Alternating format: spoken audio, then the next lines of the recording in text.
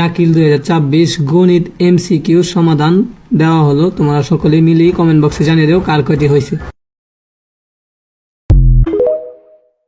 এখানে একটি এমসিকিউ হচ্ছে x+1/x = 2 হলে x² - 1/x² এর মান নিচের কোনটি।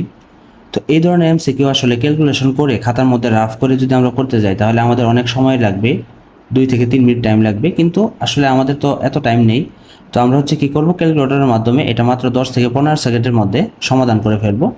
তো প্রথমে আমাদের ক্যালকুলেটরটা অন করতে হবে, তারপর হচ্ছে আলফাতে চাপ দিয়ে আমরা হচ্ছে এক্স লিখবো, মানে আমাদের এই অংশটুকু ক্যালকুলেটরে প্রথমে উঠাইতে হবে।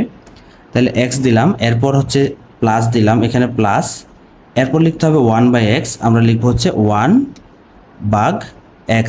আলফাতে চাপ দিয়ে ব্র্যাকেটে চাপ দিলে এক্স উঠে আসবে, তারপরে = 2 দিতে হবে। এরপর আলফা চাপ দিয়ে যদি ক্যালসিতে চাপ দেই তাহলে কিন্তু ইকুয়ালটা আসবে। তো এরপর আমরা হচ্ছে 2 দিব। তো দেখো এই অংশটুকু কিভাবে উঠালাম। তো এই অংশটুকু যদি তোমরা ভালোভাবে উঠাতে না পারো তাহলে কিন্তু ম্যাথটি ভুল হয়ে যাবে। তো কেউ যদি এটা বুঝতে না পারো, যদি মনে হয় যে বুঝতে পারি নাই, তাহলে সেই ক্ষেত্রে তোমরা ভিডিওটি ব্যাক করে অবশ্যই আবার দেখবে। তো এই কাজটা করার পর আমাদের হচ্ছে গুরুত্বপূর্ণ একটা কাজ করতে হবে, সেটা হচ্ছে এখানে কিছু ফাংশনের চাপ দিতে হবে।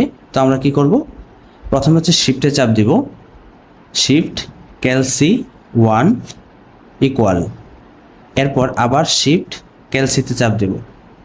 দেওয়ার পর এখানে কিন্তু আমাদের একটা মান আসছে, এক্সের একটা মান আসছে, দেখো এখানে এক্সের একটা মান আসছে। তো এখন আমরা কি করব, এই অংশটা আবার ক্যালকুলেটরে বসাবো। তো এটা বসাবো কিভাবে, আমরা এখানে যে মানটা পাইছি এটা কাটবো না, না কেটে আমরা ডিরেক্ট হচ্ছে আলফাতে চাপ দেব, দিয়ে এটা বসাবো। তাহলে আলফাতে চাপ দিয়ে যদি আমরা এক্সে চাপ দেই তাহলে এক্স আসলো, তারপরে দিতে হবে স্কোয়ার, যেহেতু এখানে x² আছে। এরপর হচ্ছে কি করতে হবে, মাইনাসে চাপ দিতে হবে। তো এরপর দিতে হবে 1/x², তাহলে লিখবো হচ্ছে 1/x²। তো আলফাতে চাপ দিয়ে আমরা হচ্ছে এক্সটা নিয়ে আসবো, তার উপর দিব হচ্ছে স্কোয়ার। তো এরপর এটুকু উঠানোর পর আমাদের কাজ শেষ, আমরা শুধু ইকুয়ালে চাপ দেব। তো আমাদের উত্তর আসছে হচ্ছে 0। তাহলে দেখো এখানে আমাদের 4টা অপশনের মধ্যে আমাদের গ অপশনে কিন্তু 0 দেওয়া আছে। দেখো কত সহজে আমরা কিন্তু ক্যালকুলেটরের মাধ্যমে বের করে ফেললাম। এটা আমার একটু টাইম লাগলো, প্রায় 1 মিনিটের মতো টাইম লাগলো, কিন্তু তোমরা যখন নিজেরা বারবার প্র্যাকটিস করবে তখন কিন্তু এটা আরও কম সময় লাগবে। আমি যেহেতু তোমাদের বুঝাইতে গিয়ে আমার টাইম লাগছে, কিন্তু তোমরা যখন নিজেরা প্র্যাকটিস করতে করতে অভ্যাস হয়ে যাবে তখন এটা একদম 10 থেকে 15 সেকেন্ডের মধ্যে এটা তোমরা কমপ্লিট করে ফেলতে পারবে।